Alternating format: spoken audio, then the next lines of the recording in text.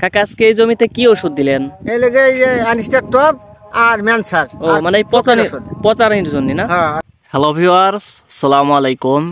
দেশ এবং বিদেশ থেকে যারা আমার এই ভিডিওটি দেখছেন সবাইকে শুভেচ্ছা এবং মোবারকবাদ। আমি মোহাম্মদ রিয়াদ চলে আসলাম আপনাদের সামনে MR কৃষি টিভির পক্ষ থেকে আরও একটি নতুন ভিডিও নিয়ে। আশা করি সকলেই ভালো আছেন, আলহামদুলিল্লাহ আমিও ভালো আছি। দর্শক, আজকে আমি অবস্থান করছি একটি হালি পেঁয়াজের জমিতে। আপনারা দেখতে পাচ্ছেন যে জমির মালিক ইনি হচ্ছেন এই পেঁয়াজকে স্প্রে দিচ্ছে, মানে ওষুধ দিচ্ছে। তা দর্শক, আজকে এই পেঁয়াজে কি ওষুধ দেওয়া হয়েছে সেটাই দর্শক আমি আপনাদেরকে জানানোর চেষ্টা করব। এই জমির যে মালিক আছে আমরা একটু তার সাথে কথা বলে আপনাদেরকে জানানোর চেষ্টা করব যে ইনি এই জমিতে কিসের জন্য কি ওষুধ দিচ্ছেন।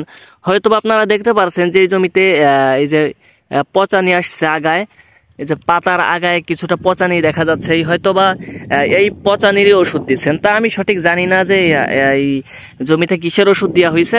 তা দর্শক, আমরা ইনার সাথে কথা বলে একটু জানার চেষ্টা করব এবং এই পচানির জন্য কি ওষুধ দেওয়া হচ্ছে বা কিসের জন্য কি ওষুধ দেওয়া হচ্ছে আমি বিস্তারিত আপনাদেরকে দেখানোর চেষ্টা করব। তা দর্শক, ভিডিওটি না টেনে সম্পূর্ণ দেখতে থাকুন। আশা করি ভিডিওটি থেকে ভালো কিছু শিখতে পারবেন এবং জানতে পারবেন। তা দর্শক, চলুন এই জমির যে মালিক আছেন আমরা একটু তার সাথে কথা বলি, তার সাথে কথা বলে আপনাদেরকে জানানোর চেষ্টা করি যে তিনি আজকে এই পেঁয়াজে কি ওষুধ দিচ্ছেন এবং পেঁয়াজের বয়স হয়েছে কতদিন এবং এই পেঁয়াজে কয়টা সেচ দেওয়া হয়েছে পর্যন্ত। তা দর্শক, চলুন আমরা সরাসরি তার কাছে চলে যাই। আসসালামু আলাইকুম। ওয়ালাইকুম আসসালাম। ভালো আছেন কাকা? আছি ভালো। কাকা আজকে এই জমিতে কি ওষুধ দিলেন?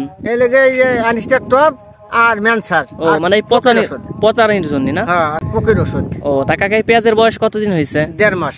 1.5 মাস না? ও তাই মানে কয় সেচ গেছে কাকা পেঁয়াজে? 3 সেচ। 3 সেচ না? ও তাই এটাকে এই পচানির জন্য ওষুধ দিলেন? হ্যাঁ হ্যাঁ, পচনি এবং গাছটা মোটা হবে এই জন্য। ও তাই এক টবে কতটুকু ওষুধ দিচ্ছেন কাকা? এক টবে দিছি এই 6 গ্লাসটা 2 গ্লাস করে দিছি। ও মানে এই যে আমরা যে কাপটা দেখতে পাচ্ছি এই কাপের হচ্ছে 2 কাপ করে দিচ্ছেন না? হ্যাঁ। ও তা ঠিক আছে কাকা, আপনারা তো মূল্যবান সময় দেওয়ার জন্য আপনাকে অসংখ্য ধন্যবাদ।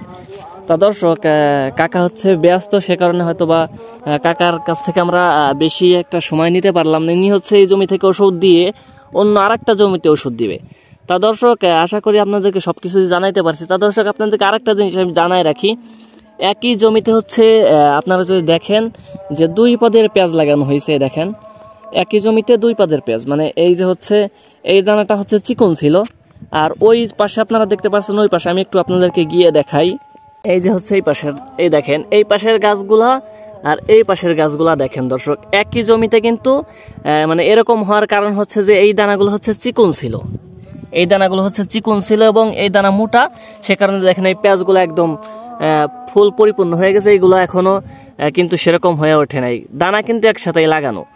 তা যাই হোক দর্শক, এই ছিল আজকের ভিডিও। তা ভিডিওটি কেমন হয়েছে অবশ্যই আপনার সুন্দর মতামতটি কমেন্ট বক্সে বলে যাবেন এবং ভিডিওটি দেখে যদি আপনার ভালো লেগে থাকে তাহলে ভিডিওটিতে অবশ্যই একটি লাইক দিবেন।